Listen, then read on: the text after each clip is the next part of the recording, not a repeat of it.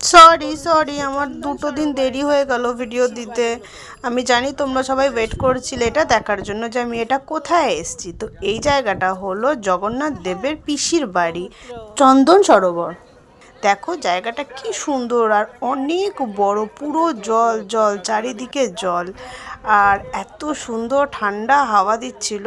তো এখানে এন্ট্রির জন্য টিকিট করতে হয়, টিকিট কেটে ভেতরে ঢুকতে হয়। তো মারা এখানে টিকিট কেটে নিয়েছে, আমরা এবার ঢুকে যাচ্ছি।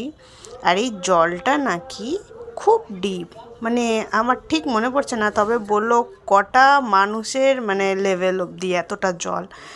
আর এখানে দেখো চারিদিকে কি সুন্দর করে সাজানো, খুব শান্তি লাগছিল জায়গাটাতে। আমরা অনেকক্ষণ ছিলাম, আর যতই দেখছি তত মানে মন ভরছে না, চারিদিকে এত সুন্দর করে সাজানো, নারকেল গাছ। আর এখানে ওই ওই জলের মধ্যে প্রচুর মাছ আছে, আবার ওখানে মাছের খাবারও পাওয়া যায়। তো কয়েকজন বসে বিক্রি করছিল, ওখান থেকে আমরা আবার কিনলাম, কিনে ওই মাছদেরকে যে মা এখন খাওয়াচ্ছে, আমরাও খাওয়ালাম। অনেক মাছ, তবে সব ছোট ছোট ছোট মাছ। এবার ওখান থেকে আমরা বেরিয়ে গেলাম। এটা একটা মন্দির, এখানে আছে 108টা শিব ঠাকুর, মানে শিবলিঙ্গ আছে। এই যে শিবলিঙ্গ, এইটা শিব ঠাকুর আমাদের, হর হর মহাদেব। এবারে আমরা এখানে ঢুকে গেলাম। এখানে ঢোকার পরে দেখছি বার্থডে সেলিব্রেশন চলছে, কারোর কোনো একটা বাচ্চার বার্থডে, তার বার্থডে সেলিব্রেট হচ্ছে, আর ওর মা সবাইকে কেক খাওয়াচ্ছে। তো আমাদেরও দিল, আমরাও একটু খেলাম। এখানে ঠাকুর আছে, সব আলাদা আলাদা, সব ছোট ছোট মন্দির আছে। আর ওখানে যখন আমরা গেছি, কি কিউট পাখিগুলো, যখন আমরা গেছি সেই সময় ভোগ প্রসাদ পাওয়া যাচ্ছিল। কিন্তু এখানে শুনলাম যে কিনে খেতে হবে, মানে এমনি দিচ্ছে না, যারা কিনে খাচ্ছে তারাই পাচ্ছে। এই যে আমাদের রাধা মাধব, হরে কৃষ্ণা। এখানে কত ছোট ছোট মাছ কালারিং।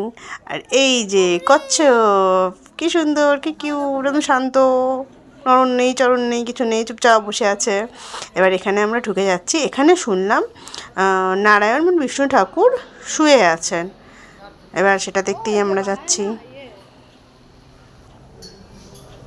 এই দেখো কত বড়, ওয়াও কত সুন্দর, দারুণ লাগছিল দারুণ লাগছিল।